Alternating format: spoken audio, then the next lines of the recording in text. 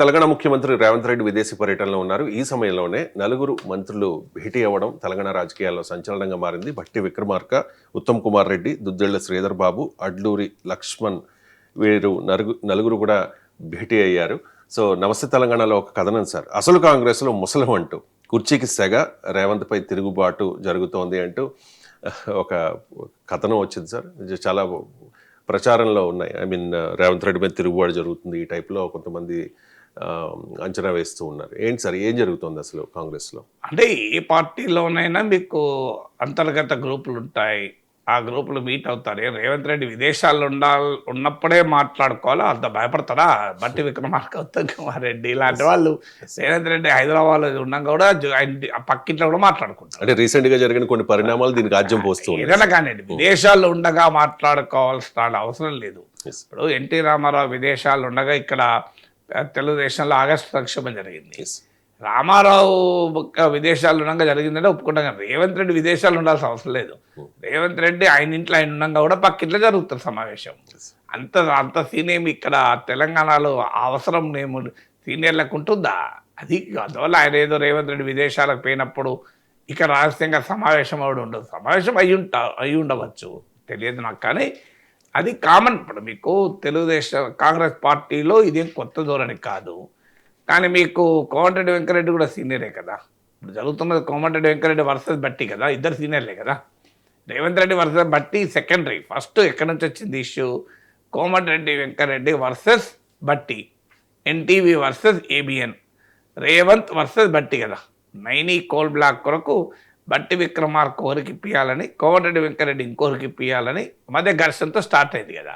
అందువల్ల వాళ్ళిద్దరూ సీనియర్లే. మళ్ళీ సీనియర్ల మధ్య కూడా ఇది సీనియర్లు, అసలు కాంగ్రెస్, డూప్లికేట్ కాంగ్రెసే కాదు, ఇద్దరు అసలు కాంగ్రెస్ వాళ్ళ మధ్యనే కదా ఫైట్. సో అందువల్ల ఇప్పుడు నిన్న ఏదో పేపర్లో చూశాను, అయితే నమస్తే తెలంగాణ రే పేపర్లో, ముఖ్యమంత్రిని బొగ్గు కుంభకోణంలో కాపాడేందుకే బట్టి యత్నిస్తున్నాడు అని. సో బట్టి రేవంత్ రెడ్డి కాపాడటానికి యత్నిస్తున్నాడు నిన్న పేపర్లో చూశాను. ఇవాళ పేపర్లో రేవంత్ రెడ్డి విదేశాల్లో ఉండగా బట్టి ఇంట్లో సమావేశం చూశాను. మరి ఏది నిజం? రేవంత్ రెడ్డిని కాపాడడానికి బట్టి ప్రయత్నిస్తున్నాడా, రేవంత్ రెడ్డికి వ్యతిరేకంగా బట్టి కడుతున్నాడా? ఒకటి మాత్రం నిజం, ఈ వ్యవహారం మొత్తం డెఫినెట్గా అనేక ప్లేన్స్లో కాంగ్రెస్ పార్టీ ఆయాంలో కుంభకోణాలు జరుగుతున్నాయని బీఆర్ఎస్ కాగితం ఇచ్చింది.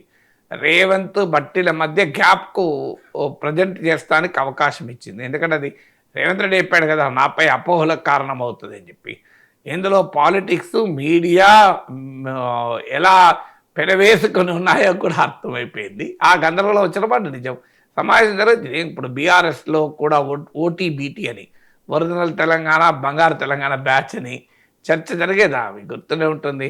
శ్రీనివాస్ గౌడ్ ఆయన మంత్రి పదవి రాకముందు ఆయన మంత్రి నాయన నరసింహారెడ్డి ఇద్దరు కలిసి మేము ఉద్యమ కాలంలో మమ్మల్ని కొట్టిన వాళ్ళను తన్నుల దగ్గరికి పోవాల్సి వస్తుందని ఆవేదన వ్యక్తం చేశారు.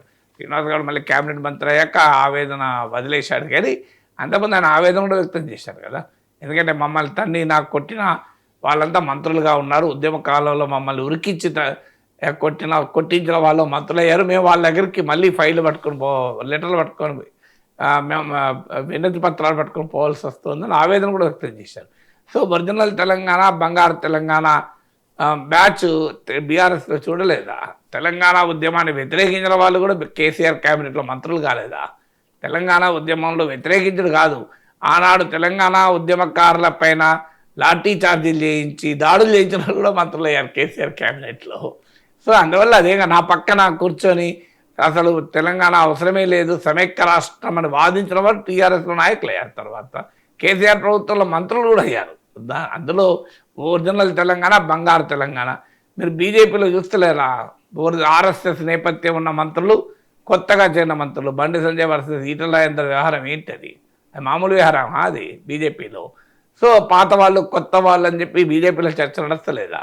సో ఇది 3 పార్టీల్లో ఉన్న వ్యవహారం. పాతవారు, కొత్తవారు అని బీజేపీలో, ఒరిజినల్ తెలంగాణ, బంగారు Telangana, OT batch, BT batch మీకు బీఆర్ఎస్లో, అసలు కాంగ్రెస్, డూప్లికేట్ కాంగ్రెస్లో. సో ప్రతి రాజకీయ పార్టీలో ఈ వ్యవహారం 3 పార్టీల్లో జరుగుతున్న వ్యవహారాలే కదా. అందువల్ల ఇదేం పాలిటిక్స్లో సహజం. రకరకాల గ్రూపులు ఉంటాయి, రకరకాల కాంబినేషన్ ఉంటాయి, అసలు సిసలేం లేదు. ఎవరి ప్రయోజనాలు వారివి. ఆ ప్రయోజనాల మధ్య ఘర్షణ ఉంటుంది, ఆ ప్రయోజనాల మధ్య అవగాహనలు కుదురుతుంటాయి, ఆ అవగాహన బ్రేక్ అయినప్పుడు మళ్ళీ ఘర్షణలు ఉంటాయి. This is how politics function కదా.